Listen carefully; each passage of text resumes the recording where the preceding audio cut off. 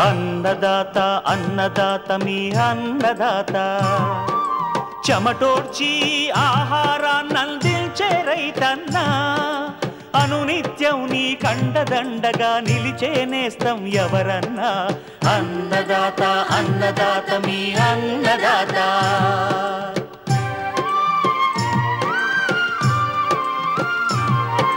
నూతన రీతుల సాగుబడికి నూరింతలు పెరిగే దిగుబడికి సూచనలిచ్చే సస్య రక్షణకు పశు పోషణకి శాస్త్ర విజ్ఞానం అందించి ముందుకు నడిపే తెలుగు రైతు భారతదేశానికి మకుటం అయ్యేలా తీర్చిదిద్దే ఆశయంతో మిమ్ము మేలు కొలిపేది అన్నదాత అన్నదాత అన్నదాత మీ అన్నదాత అన్నదాత అన్నదాత మీ అన్నదాత.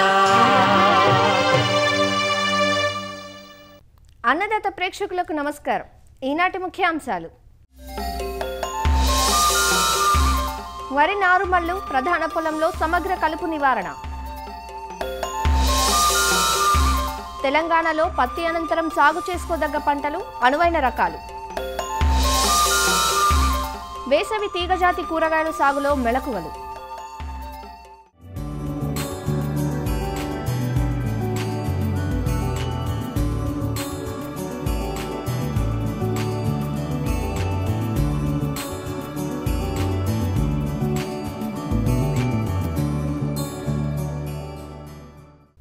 పంటలకు చీడపీడల తర్వాత అధిక నష్టం కలుగజేసేవి కలుపు మొక్కలు. నీరు, పోషకాల కోసం పంట మొక్కలతో పోటీపడి ప్రధాన పంట పెరుగుదలను గణనీయంగా తగ్గించడమే కాకుండా పలు రకాల చీడపీడలకు ఆశ్రయమిచ్చి వాటి వ్యాప్తికి కారణమవుతాయి. వరిలో అగ్గి తెగులు, పొడ తెగులు వంటి తెగుళ్లను కలుగజేస్తాయి. ప్రస్తుతం రబీలో సాగయ్యే వరి నారుమడి దశ నుంచి నాట్లు వేసే దశలో ఉంది. కలుపు నివారణకు ఇవాళ మార్కెట్లో అనేక రకాల కలుపు మందులు అందుబాటులోకి వచ్చాయి. వీటిని సమగ్ర పద్ధతుల్లో భాగంగా వాడుకోవాలి. పంట దశను, కలుపు జాతిని అనుసరించి సరైన కలుపు మందును సిఫార్సు చేసిన మోతాదులో వాడాల్సిన విధంగా వాడినప్పుడే ఫలితం ఉంటుంది.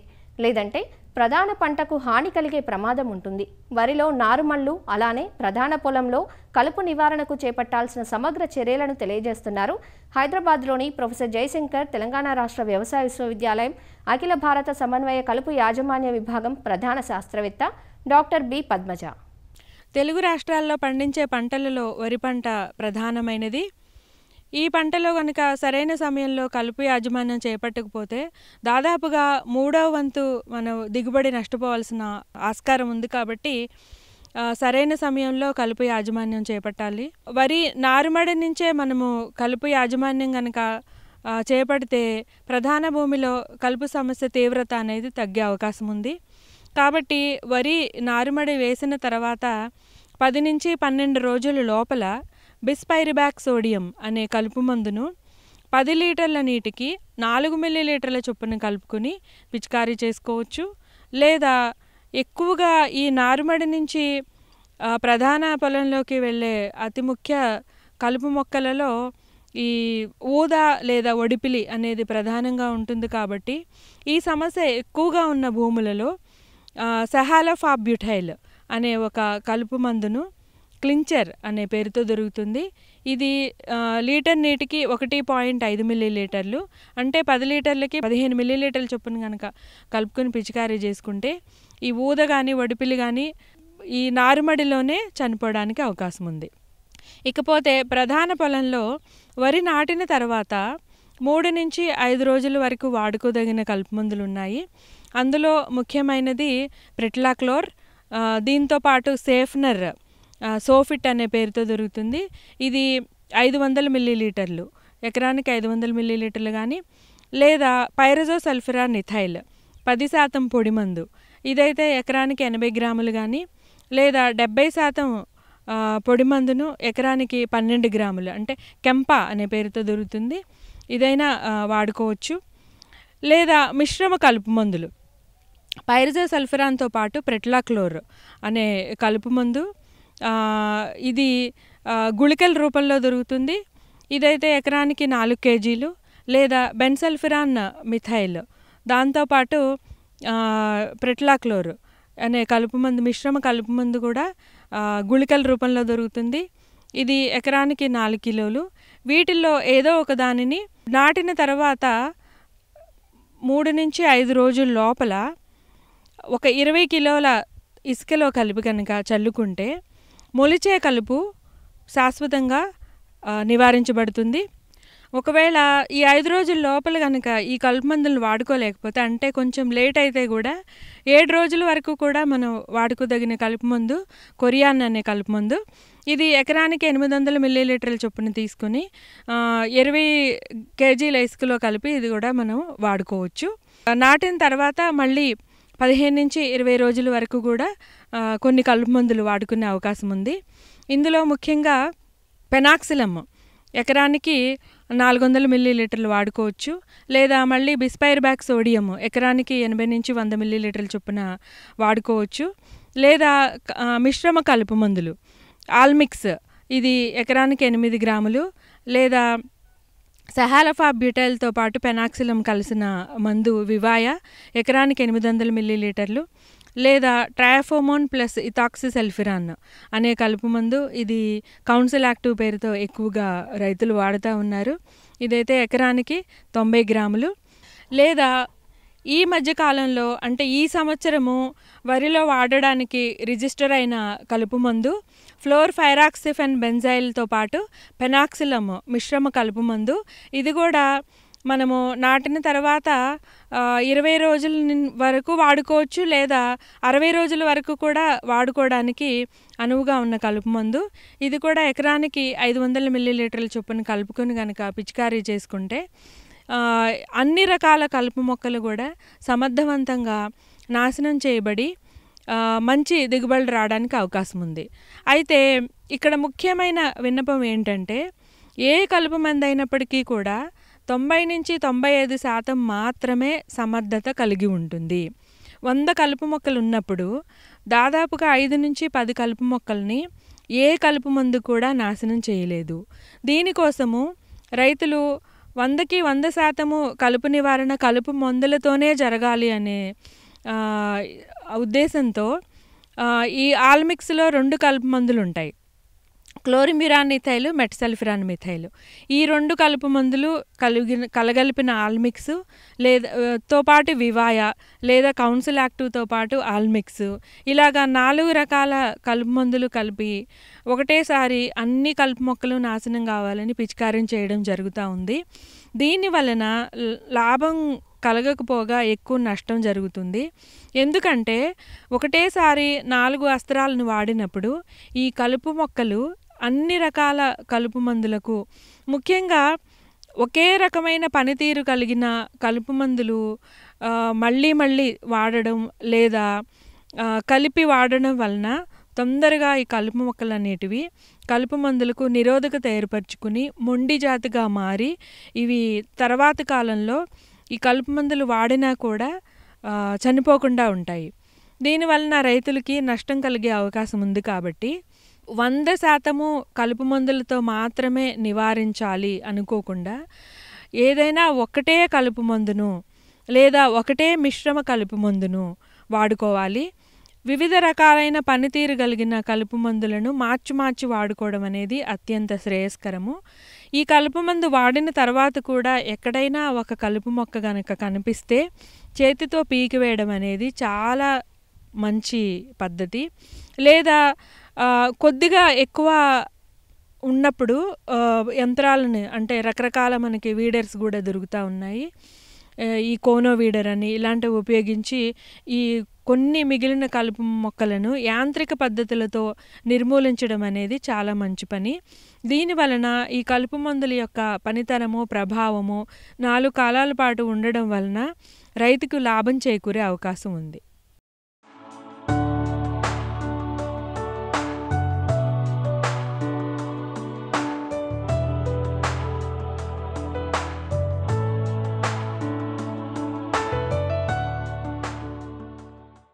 తెలంగాణలో వర్షాధారంగా అధిక విస్తీర్ణంలో సాగు చేయబడుతున్న వాణిజ్య పంట పత్తి. చాలా ప్రాంతాల్లో పత్తి తీతలు చివరి దశలో ఉన్నాయి. డిసెంబర్ మాసం తర్వాత పత్తిని కొనసాగించవద్దనేది శాస్త్రవేత్తల సూచన. కారణం గులాబీ రంగు పురుగు. రాబోయే పంట కాలంలో ఈ పురుగు ఉధృతిని అదుపులో ఉంచాలంటే డిసెంబర్ మాసంలోనే పంటను పూర్తి చేయాలి. దీనివల్ల పురుగు జీవిత చక్రాలకు అడ్డుపడినట్లవుతుంది. పత్తి పంట అనంతరం జనవరి 15 నుంచి వేసవి పంటలను విత్తుకునే అవకాశం ఉంది. మరి నీటిపారుదల అవకాశం ఉన్నవారు వేసవి పంటలుగా ఏ పంటలను సాగుకు ఎంచుకోవచ్చు? వివరాలు తెలియజేస్తున్నారు ప్రొఫెసర్ జయశంకర్, తెలంగాణ రాష్ట్ర వ్యవసాయ విశ్వవిద్యాలయం పాలెం కృషి విజ్ఞాన కేంద్రం programme coordinator doctor Prabhakar Reddy. Telangana రాష్ట్రంలో 45 లక్షల ఎకరాల్లో పత్తి పంట సాగవుతుంది. అయితే ప్రస్తుతం పత్తి పంట చాలా ప్రాంతాల్లో ఆల్రెడీ పూర్తయింది. కొన్ని ప్రాంతాల్లో పత్తి ఏరే దశలో చివరి దశలో ఉంది. పత్తి తీసిన పరిస్థితుల్లో జనవరి మాసంలో ఎలాంటి పంటలు వేసుకోవచ్చు, ఎలాంటి రకాలను సాగు చేసుకోవచ్చు? ముఖ్యంగా చూసినట్లయితే జనవరి మాసంలో మనము వేసవి పప్పుధాన్య పంటలు పండించుకునే అవకాశం ఉంటుంది. వీటిలో ముఖ్యమైనవి పెసర మరియు మినుము పంటలు. ఈ రెండు పంటలు కూడా జనవరి 15 నుంచి ఫిబ్రవరి చివరి వరకు కూడా విత్తుకునే అవకాశం ఉంటుంది. పెసర పంట కనుక మనం చూసుకున్నట్లయితే WGG 42 అనే రకం స్వల్పకాలిక రకం, 60-65 రోజుల పంటకాలం కలిగిన రకం. దీంతోపాటు WGG 37, దాంతోపాటు MGG 295, MGG 348. ఈ రకాలు కూడా వేసవి పంటకాలానికి అనుకూలం. సో పంటకాలం 65 నుంచి 75 రోజులు, కొన్ని రకాలు 60 రోజుల్లోనే పంటకు వచ్చే విధంగా ఉన్నాయి. అలాగే మినుము పంటలో కూడా అనుకూలమైన రకాలు కనుక మనం చూసినట్లయితే ముఖ్యంగా MBG 1070, దాంతోపాటు GBG 1, PU 31, దాంతోపాటు LBG 752, LBG 787 అనే రకాలు ఈ యాసంగి పంటకాలానికి అనుకూలం. మనకు ఇవన్నీ కూడా మొజాయిక్ తెగులను తట్టుకునే విధంగా ఉన్నాయి. పెసర కానీ మినుము పంటలో ఒక ఎకరాకి 10 నుంచి 12 కిలోల విత్తనం అవసరం అవుతుంది. దాంతోపాటు విత్తే ముందు విత్తన శుద్ధి కనుక చేసుకున్నట్లయితే మొదటి 30 రోజులు మనము ఈ యొక్క రసం పీల్చే పురుగులను తట్టుకోవచ్చు. దీనికి ముఖ్యంగా మనము 1 కిలో విత్తనానికి 5 మిల్లీలీటర్ల ఇమిడాక్లోప్రిడ్ కానీ కలిపి విత్తన శుద్ధి చేసుకున్నట్లయితే మనం రసం పీల్చే పురుగులను నివారించుకోవచ్చు. దాంతోపాటు మనము ఈ యొక్క జనవరి మాసంలో పత్తి పంట తీసిన తర్వాత వేసుకోదగిన నూనె గింజ పంటలు కనుక మనం చూసుకున్నట్లయితే ముఖ్యమైన పంట పొద్దుతిరుగుడు. ఈ పొద్దుతిరుగుడు పంటని మనము జనవరి 15 నుంచి ఫిబ్రవరి 15 వరకు వేసుకోవడానికి అనుకూలం. దీంట్లో ముఖ్యమైన హైబ్రిడ్లు కనుక చూసినట్లయితే KBSH 44, DRSH 1 లేదా NDSH 1. సో ఈ రకాలు మనకు యాసంగి పంటకాలానికి అనుకూలం. పంటకాలం 90 నుంచి 95 రోజులు. ఒక ఎకరాకి 3 కిలోల మనకి విత్తనం అవసరం పడుతుంది. సో విత్తనాన్ని మనము వరుసల మధ్యలో 40 సెంటీమీటర్లు, మొక్కల మధ్యలో 10 నుంచి 15 సెంటీమీటర్లు కనుక పెట్టి విత్తుకున్నట్లయితే మనకు అధిక దిగుబడి సాధించుకునే అవకాశం ఉంటుంది. దాంతోపాటు ఈ యొక్క వేసవి పంటకాలానికి అనుకూలమైన మరొక పంట వేరుశనగ. సో ఈ వేరుశనగ పంటను కూడా జనవరి మొదటి వారం నుంచి జనవరి చివరి వారం వరకు విత్తుకోవచ్చు. మనకు అనుకూలమైన రకాలు కనుక చూసినట్లయితే K6 కానీ, K9, Dharani, Kadiri, Haritandhra, TCGS 1694, TAG 24. So ఈ రకాలు మనకు వేసవి పంటకాలానికి అనుకూలం. ఒక ఎకరాకు 60 నుంచి 70 కిలోల విత్తనం అవసరం పడుతుంది. సో ముఖ్యంగా ఈ యొక్క వేరుశనగని వేసవి పంటకాలంలో విత్తుకునేటప్పుడు మనకు మొక్కల సంఖ్య ఎక్కువ ఉండే విధంగా సీడ్లతో విత్తుకోవడం మంచిది. దాంతోపాటు మరొక ముఖ్యమైన నూనె గింజ పంట నువ్వుల పంట. ఈ నువ్వుల పంటను కూడా జనవరి 15 నుంచి ఫిబ్రవరి చివరి వరకు కూడా ఈ పంటను విత్తుకునే అవకాశం ఉంటుంది. సో దీంట్లో ఈ నువ్వు పంటకు అనుకూలమైన రకాలు కనుక చూసినట్లయితే తెల్లగింజ రకాలైన రాజేశ్వరి, హిమా, JCS 1070 అనే రకాలు మనకు ముఖ్యమైనవి. దీంతోపాటు గోధుమ గింజ రకాలైన చందన, ఎలమంచిలి 66 అనే రకాలు కూడా మనకి యొక్క వేసవి పంట కాలానికి అనుకూలం. ఒక ఎకరాకి 2.5 కిలోల విత్తనం అవసరం పడుతుంది. ఈ 2.5 కిలోల విత్తనాన్ని 3 ఇంతల ఇసుకలో కలిపి, అంటే ఒక 7 నుంచి 8 కిలోల ఇసుకలో కలిపి గొర్రుతోటి వరుసల్లో వచ్చే విధంగా చల్లుకోవాలి. వేసవి పంట కాలంలో జనవరి మాసంలో వేసుకోవడానికి అనుకూలమైన మరొక ముఖ్యమైన పంట ఈ యొక్క సజ్జ మరియు రాగి. ఈ రెండు పంటలు కూడా మనము జనవరి 15 నుంచి ఫిబ్రవరి 15 వరకు విత్తుకోవచ్చు. ఒక ఎకరాకి 2 కిలోల విత్తనం అవసరం పడుతుంది. సో ఈ చిరుధాన్య పంటలైన వీటిని కూడా తక్కువ పెట్టుబడితోటి, తక్కువ నీటి వసతితోటి మనము యాసంగి పంట కాలంలో విత్తుకునే అవకాశం ఉంటుంది. దాంతోపాటు ఈ పత్తి పంట తీసిన తర్వాత జనవరి మాసంలో విత్తుకునే మరొక ముఖ్యమైన పంట ఈ యొక్క పుచ్చ పంట, తర్బూజ పంట. ఈ రెండు పంటలు కూడా మనము జనవరి మొదటి వారం నుంచి ఫిబ్రవరి చివరి వరకు కూడా విత్తుకునే అవకాశం ఉంటుంది. ఒక ఎకరాకి 500 గ్రాముల విత్తనం అవసరం పడుతుంది. సో వీటిని విత్తుకునే విధానం కనుక చూసినట్లయితే ఒక వెడల్పాటి బోదెలు 2-2.5 మీటర్ల వెడల్పాటి బోదెలు చేసుకొని ఈ రెండు బోదెల మధ్యలో, అంటే వెడల్పాటి బోదెల మధ్యలో ఒక 60 సెంటీమీటర్ల వెడల్పు గల కాలువ ఏర్పాటు చేసుకొని ఈ కాలువకి ఇరువైపులా మొక్కకు మధ్యలో 40 సెంటీమీటర్లు ఉండే విధంగా మనం నాటుకున్నట్లయితే సో ఒక ఎకరాకి 500 గ్రాముల విత్తనం అవసరం పడుతుంది. సో ఈ బిందు సేద్య పద్ధతి మరియు మల్చింగ్ పద్ధతి ద్వారా విత్తుకున్నట్లయితే కూడా ఈ పుచ్చ, తర్బూజా పంటల్లో అధిక దిగుబడి సాధించుకునే అవకాశం ఉంటుంది. ముఖ్యంగా మనకు పత్తి పంట అనేది 6 నుంచి 7 నెలల పంట కాలం, 7 నెలలు భూమిలో ఉంటుంది కాబట్టి సో ఈ గులాబీ రంగు పురుగు కోశస్థ దశలు అనేది పంట అయిపోయిన తర్వాత కూడా భూమిలో ఉండి వచ్చే వానాకాలం పత్తి పంటకు ఆశించే అవకాశం ఉంటుంది. కాబట్టి ఎక్కడైతే పత్తి పంటని ఏక పంటగా పండించే ప్రాంతాల్లో ఈ యొక్క పప్పుధాన్య పంటలతో కానీ నూనె గింజ పంటలతో కానీ పంట మార్పిడి చేసుకున్నట్లయితే మనం ముఖ్యంగా ఈ యొక్క పురుగులు తెగులు నివారించుకునే అవకాశం ఉంటుంది. కాబట్టి తప్పనిసరిగా ఈ యొక్క పత్తి పంట తీసిన తర్వాత ఎక్కడైతే 2 నుంచి 3 తడులు నీరు పెట్టుకునే విధంగా ఉన్న పరిస్థితుల్లో మన యొక్క నీటి వసతిని బట్టి, నేల యొక్క రకాన్ని బట్టి మరియు వేసే సమయాన్ని బట్టి మనం పంటలు ఎంచుకున్నట్లయితే మనం వేసవి పంట కాలంలో కూడా అధిక దిగుబడులు సాధించుకునే అవకాశం ఉంటుంది.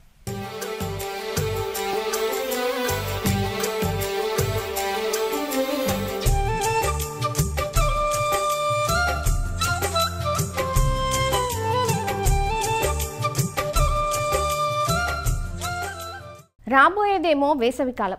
ప్రస్తుతం రాత్రి వేళల్లో చలి ఎక్కువగానే ఉన్నా పగటి ఉష్ణోగ్రతలు కూడా పెరుగుతూ వస్తున్నాయి. వేసవిలో నిత్యావసరాలైన కూరగాయలకు మంచి గిరాకీ ఉంటుంది. అందున తీగజాతి పంటలైన బీర, పొట్ల, దోస, సొరకాయల వినియోగం ఎక్కువగా ఉంటుంది.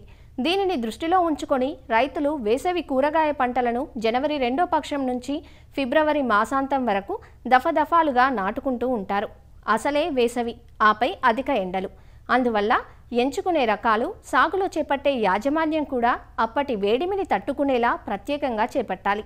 పందిరి విధానంలో ఈ తీగజాతి కూరగాయలను పెంచితే కొన్ని రకాల చీడపీడల నుంచి కాపాడుకోవచ్చు. వేసవి తీగజాతి కూరగాయల సాగులో పాటించాల్సిన మెలకువలను వైఎస్ఆర్ ఉద్యాన విశ్వవిద్యాలయం పశ్చిమ గోదావరి జిల్లా వెంకటరామన్నగూడెం ఉద్యాన పరిశోధనా స్థానం శాస్త్రవేత్త డాక్టర్ మువ్వా రవీంద్రబాబు నుంచి తెలుసుకుందాం. తీగజాతికి చెందిన కూరగాయల్లో ముఖ్యమైనవి బీర, కాకర, దోస, సొర, పొట్ల, దొండ. ఇవన్నీ కూడా సాధారణంగా ఉష్ణమండలపు కూరగాయ పంటలు అంటాం. ఇవి మనం వేసవిలో మనం పంట సాగు చేసుకోవాలి, కోత తీసుకోవాలి అనుకుంటే దాన్ని మనం జనవరి, ఫిబ్రవరి నెలల్లో విత్తనం విత్తుకోవాల్సి ఉంటుంది. ఈ నేలల విషయానికి కానీ వచ్చినట్లయితే దాదాపుగా అన్ని రకాల నేలల్లో మనం సాగు చేసుకునేదానికి అవకాశం ఉంటుంది. చౌడు, అధిక క్షారగుణం లేకుండా ఉన్న నేలల్లో ఈ తీగజాతి కూరగాయల సాగు బాగా అనుకూలంగా ఉంటుంది. ఈ ఉదజన సూచిక కానీ చూసుకున్నట్లయితే 6 నుంచి 7 మధ్యలో ఉన్నట్లయితే బాగా అనుకూలం. ఈ నేలలో కూడా సేంద్రీయ పదార్థం ఎక్కువగా ఉండేట్లు చూసుకోవాలి. దీనికోసం మనం ప్రతి సంవత్సరం వర్షాకాలంలో ఒకసారి ఈ పచ్చిరొట్ట ఎరువులను వేసుకొని కలయి దున్నుకున్నట్లయితే నేలలో ఉన్నటువంటి సేంద్రీయ పదార్థాన్ని మనం పెంపొందించుకోవడానికి అవకాశం ఉంటుంది. ఈ నేల తయారీ విషయానికి వచ్చినట్లయితే 2-3 సార్లు బాగా బారే వరకు దున్నుకోవాలి. నేలలో ఎకరానికి 10 నుంచి 12 టన్నుల వరకు బాగా తయారైన పశువుల ఎరువుని వేసుకొని పొలంలో బాగా కలిగి దున్నుకున్నట్లయితే అనుకూలంగా ఉంటుంది. బీరలో అనుకూలమైన రకాలు మనకి అర్కా సుజాత్ అని, అర్కా సుమిత్ అని, అర్కా ప్రసన్న అని ఐఐహెచ్ఆర్ బెంగళూరు నుంచి విడుదల చేయబడిన రకాలు ఉన్నాయి. ఇవే కాకుండా మనకి మార్కెట్లో లభ్యమైనటువంటి హైబ్రిడ్ రకాలను ఏదైనా ఎంచుకొని సాగు చేసుకోవచ్చు.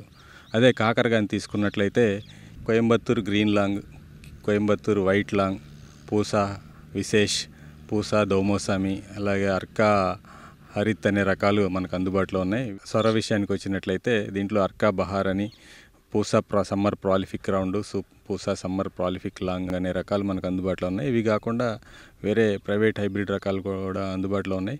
అదే దొండ విషయానికి వచ్చినట్టయితే దొండ అనేది మనం సంవత్సరం పొడవునా ఉండే పంట. దీంట్లో ఈ సాధారణంగా లోకల్గా దొరికేటువంటి సన్న దొండ లేదా పెన్సిల్ దొండ అనే దానికి మంచి డిమాండ్ ఉంది. ఇవి కాకుండా మనకి ఐఐహెచ్ఆర్ నుంచి రిలీజ్ అయినటువంటి ఈ అర్కా నీలాచల్ కుంకి, అర్కా నీలాచల్ సబూజ అనే రకాలు కూడా మనకు అందుబాటులో ఉన్నవి. అదే పొట్ల విషయానికి వచ్చినట్లయితే శ్వేత అనే రకం బాగా అత్యధిక ప్రాచుర్యం పొందింది. ఇది తెల్లగా ఉండి బాగా పొడవుగా కాయలు వచ్చే రకం. అదే PKM1 అనే రకం ఉంది. ఇదైతే కాయలు గ్రీన్ కలర్లో ఉండి చారలుగా ఉండి పొడవుగా పెరిగే రకం. వీటిల్లో మన మార్కెట్కి అనుకూలమైన రకాన్ని ఏదైనా ఎంచుకొని మనం సాగు చేసుకోవచ్చు.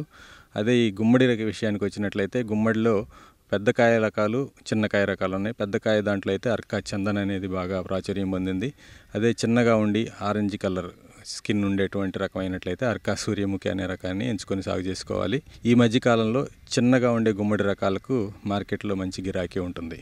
అదే బూడిద గుమ్మడి కానీ తీసుకున్నట్లయితే దీంట్లో శక్తి అనే రకం మన లోకల్ మార్కెట్కి బాగా అనుకూలంగా ఉంటుంది. ఈ నాటుకునే దూరం విషయానికి వచ్చినట్లయితే ఈ కాకర అనేది సాలుకి మధ్య 1.5 నుంచి 2 మీటర్ల ఎడంగా ఉండే విధంగా, అదేవిధంగా మొక్కి మధ్య 50 నుంచి 70 సెంటీమీటర్లు ఉండే విధంగా చూసుకొని నాటుకోవాలి. అదే పొట్ల, బీర విషయానికి వచ్చినట్లయితే సాలుకి మధ్య 2 మీటర్ల దూరం ఉండాలి. మొక్కి మధ్య 75 సెంటీమీటర్ల దూరం ఉండే విధంగా నాటుకోవాల్సి ఉంటుంది. సొర కానివ్వండి లేదా గుమ్మడి, బూడిద గుమ్మడి అయినట్లయితే సాలుకి మధ్య దూరం 2 నుంచి 2.5 మీటర్లు ఉండే విధంగా చూసుకోవాలి. అదే మొక్కి మధ్య దూరం 75 సెంటీమీటర్ల నుంచి 1 మీటర్ వరకు ఉండే విధంగా చూసుకొని, అంటే తేలికపాటి నేలల్లో అయితే కొంచెం తక్కువ దూరంలో నాటుకోవాలి. అదే బరువైన నేలలు, నల్లగా రేగడి నేలల్లో వీటిల్లో అయితే మొక్కలు కొంచెం దూరంగా నాటుకుంటే మంచిది. జనవరిలో చలి ఎక్కువగా ఉన్నప్పుడు కొంచెం ఈ మొలక ఇది తక్కువగా వచ్చేదానికి అవకాశం ఉన్నప్పుడు ఏదైనా బీర కానివ్వండి లేదంటే కాకర ఈ పంటలను మనం ప్రోట్రేల్లో నారు పెంచుకొని కూడా ఒక 10-15 రోజుల వయసున్న నారుని మనం నేరుగా పొలంలో విత్తుకోవచ్చు. దానివల్ల మనకు కొంత సమయం కూడా ఆదా అవుతుంది. అయితే నేరుగా విత్తుకునే పద్ధతులు అయితే విత్తనం నాటిన వెంటనే నీటి తడి ఇవ్వాలి. నీటి తడి ఇచ్చిన తర్వాత ఈ నేలలో సరిపోయినంత తేమ ఉన్నప్పుడు 24 నుంచి 48 గంటల లోపు ఈ పెండమెథిలిన్ అనే మందుని ఎకరాకి 1.2 లీటర్లు 200 లీటర్ల నీటిలో కలుపుకొని పిచికారీ చేసుకున్నట్లయితే నాటిన 30 రోజుల వరకు కూడా మనకి కొన్ని రకాలైన కలుపు మొక్కల నుంచి మనం ఇక పంటని కాపాడుకునేదానికి అవకాశం ఉంటుంది. వేసవి పంటను మనం తీసుకోవాలనుకున్నప్పుడు నీటి అవసరం బాగా ఉంటుంది. అయితే ఈ నీటిని మనం ఆదా చేసుకోవాలనుకుంటే డ్రిప్ పద్ధతిని ఏర్పాటు చేసుకోవటం, అదేవిధంగా ఈ ప్లాస్టిక్ మల్చిని కూడా ఏర్పాటు చేసుకున్నట్లయితే మనం సాగునీటిలో 30 నుంచి 50% వరకు కూడా నీటిని ఆదా చేసుకోవచ్చు. అదేవిధంగా దీనివల్ల దిగుబడి కూడా మనకి ఎక్కువ తీసుకునేదానికి ఆస్కారం ఉంటుంది. పోషకాల యాజమాన్యం విషయానికి వచ్చినట్లయితే దాదాపుగా అన్ని రకాల ఎక్కువ తీగజాతి కూరగాయలు కూడా 32 నుంచి 40 కిలోల నత్రజని, 32 కిలోల భాస్వరం, అదేవిధంగా 32 నుంచి 40 కిలోల పొటాషినిచ్చే ఎరువులను అందించాల్సి ఉంటుంది. వీటిలో ఈ భాస్వరం ఎరువు మొత్తం, అదేవిధంగా ఈ పొటాష్ ఎరువులో సగభాగం మొత్తం కూడా దుక్కిలో వేసుకొని కలయి దున్నుకోవాలి. తర్వాత మిగిలిన పొటాషు మొత్తం నత్రజని ఎరువుల్ని మొక్క నాటిన 30 రోజుల నుంచి మొదలు పెట్టేసి ప్రతి 30 రోజులకి, అంటే 30, 60, తర్వాత 75 రోజులకి లేదా 90 రోజులకి ఒకసారి పంట కాలాన్ని బట్టి ఈ సమాన దఫాలుగా విభజించుకొని వేసుకోవాలి. అదే డ్రిప్ ద్వారా నీటిని పారించే సౌకర్యం ఉన్న దగ్గర అయితే ఫెర్టిగేషన్ పద్ధతిలో ఈ నత్రజని, పొటాష్ ఎరువులని, అంటే భాస్వరం ఎరువును ముందుగా దుక్కులో వేసుకున్నప్పటికీ నత్రజని, పొటాష్ ఎరువులను మాత్రం సమాన దఫాలుగా మొక్క నాటిన వారం లేదా 10 రోజులకు మొదలు పెట్టేసి ప్రతి 3 లేదా 4 రోజులకు ఒకసారి డ్రిప్ ద్వారా అందించినట్లయితే ఈ పోషకాల యొక్క వినియోగ సామర్థ్యం పెరిగి మొక్కలు బాగా ఆరోగ్యంగా పెరుగుతాయి. తీగజాతి కూరగాయల్లో దోస, బూడిద గుమ్మడి తప్పించి మిగతా అన్నీ కూడా పందిళ్ళ పైకి పాకించుకున్నట్లయితే మంచి నాణ్యమైన కాయల్ని ఎక్కువ దిగుబడి తీసుకునేదానికి అవకాశం ఉంటుంది. దీని కొరకు ఏంటంటే వెదురు బొంగులతో తయారు చేసినటువంటి సెమీ పర్మనెంట్ పెండాల్స్ కానీ, లేదంటే ఈ సిమెంట్ పోల్స్ మీద జిఐ వైర్స్, ప్లాస్టిక్ తాడులతో కట్టుకున్నటువంటి పర్మనెంట్ పెండాల్స్ని కానీ ఏర్పాటు చేసుకొని దానిపైకి కానీ ఈ మొక్కలను పాకించుకున్నట్లయితే మంచి గాలి వెలుతురు బాగా సోకుతుంది. అదేవిధంగా తెగుళ్ళు కూడా తక్కువ ఆశించేదానికి అవకాశం ఉంటుంది. ఈ మొక్కల్లో, పూలల్లో పరపరాగ సంపర్కం అనేది బాగా జరిగి కాయ కూడా బాగా కట్టేదానికి అవకాశం ఉంటుంది. ఈ తీగజాతి కూరగాయల్లో ఈ పాము పొడ పురుగు, ఇది సన్నటి లార్వా ఆకుల్ని తొలుచుకొని పాములు లాంటి చారలు చేయటం, తర్వాత క్రమేపీ ఆకులు ఎండిపోవడం జరుగుతుంది. దీన్ని నివారించుకోవడానికి ప్రొఫెనోఫాస్ అనే మందుని 2 మిల్లీలీటర్ల నీట్రిటిక్ కలుపుకొని కానీ, లేదంటే ఇమిడాక్లోప్రిడ్ అనే మందుని 0.5 మిల్లీలీటర్ల నీట్రిటిక్ కలుపుకొని కానీ పిచికారీ చేసుకోవచ్చు. అలాగే వేసవిలో ఎక్కువగా ఆశించే పురుగుల్లో ఈ రసం పీల్చే పురుగులు ప్రముఖ పాత్ర వహిస్తాయి. వీటిల్లో తెల్లదోమ అనేది బాగా నష్టం చేకూరుస్తుంది. అదేవిధంగా తామర పురుగులు కూడా ఆకులు అడుగు భాగాన చేరి మొక్కల నుంచి ఆకులను గోకివేయటం, రసం పీల్చివేయటం జరుగుతుంది. ఈ రెండింటి నివారణకు కూడా మనం ఈ థయోమితాక్సామ్ అనే మందుని 0.4 గ్రాముల లీటర్ నీటికి కలుపుకొని కానీ, లేదంటే ఫిప్రోనిల్ అనే మందుని 2 మిల్లీలీటర్లు లీటర్ నీటికి కలుపుకొని మార్చి పిచికారీ చేసుకోవాలి. అదేవిధంగా పొలంలో అక్కడక్కడ ఈ తెల్లదోమకు అయినట్లయితే పసుపు రంగు జిగురు పూసిన అట్టల్ని, అదే ఈ తామర పురుగులకు అయినట్లయితే నీలం రంగు జిగురు పూసిన అట్టల్ని ఎకరానికి 20 నుంచి 50 అట్టల వరకు కూడా అక్కడక్కడ ఈ వేలాడి కట్టుకున్నట్లయితే ఈ పురుగు ఉధృతి తగ్గటమే కాకుండా ఈ పురుగు ఎక్కువగా ఎంతవరకు ఉన్నదనేది కూడా మనకు ఒక అవగాహన ఏర్పడుతుంది. దాన్ని బట్టి మనం సస్యరక్షణ చర్యలు తీసుకునేదానికి అవకాశం ఉంటుంది. తర్వాత ఈ తీగజాతి కూరగాయల్లో కాయ కట్టిన తర్వాత కాయ ఎదుగుదల దశలో ఆశించే పురుగుల్లో పండు ఈగ ప్రధానమైంది. దీని నివారణకు మనం మెలాథియాన్ అనే మందుని 2 మిల్లీలీటర్ల లీటర్ నీటికి కలిపి పిచికారీ చేసుకోవటమే కాకుండా ఈ పొలంలో అక్కడక్కడ విషపు ఎర్రలను మనం ఏర్పాటు చేసుకోవాల్సి ఉంటుంది. ఒక 2 లీటర్ల బెల్లం పానకానికి ఈ మెలాథియాన్ మందుని వేసి పొలంలో అక్కడక్కడ పళ్ళాల్లో పెట్టినట్లయితే ఈ పురుగులు ఆకర్షించబడి ఆ పళ్ళాల్లో పడి చనిపోవటం జరుగుతుంది. మరిన్ని విభిన్న అంశాలతో రేపటి అన్నదాతలో మళ్ళీ కలుసుకుందాం. అంతవరకు సెలవు. నమస్కారం.